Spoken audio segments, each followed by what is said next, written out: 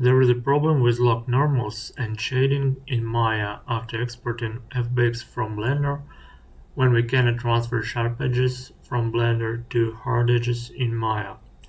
So I'll show you one way to solve it. As you see, shading is terrible, because our sharp and hard edges were lost. Okay, let's fix this. I already have a model with manually placed sharp edges. First, we need to apply an 180-degree outer smoothing to it.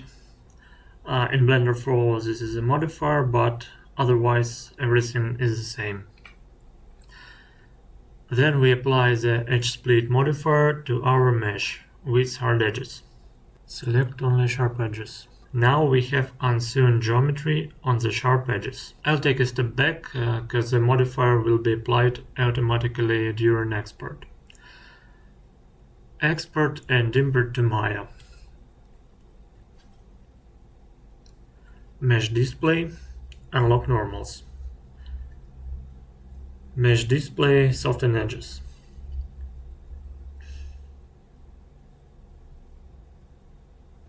And then we need to select all vertices and merge this.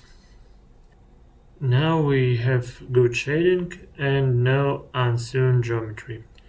And each of our sharp edges had become a hard edge.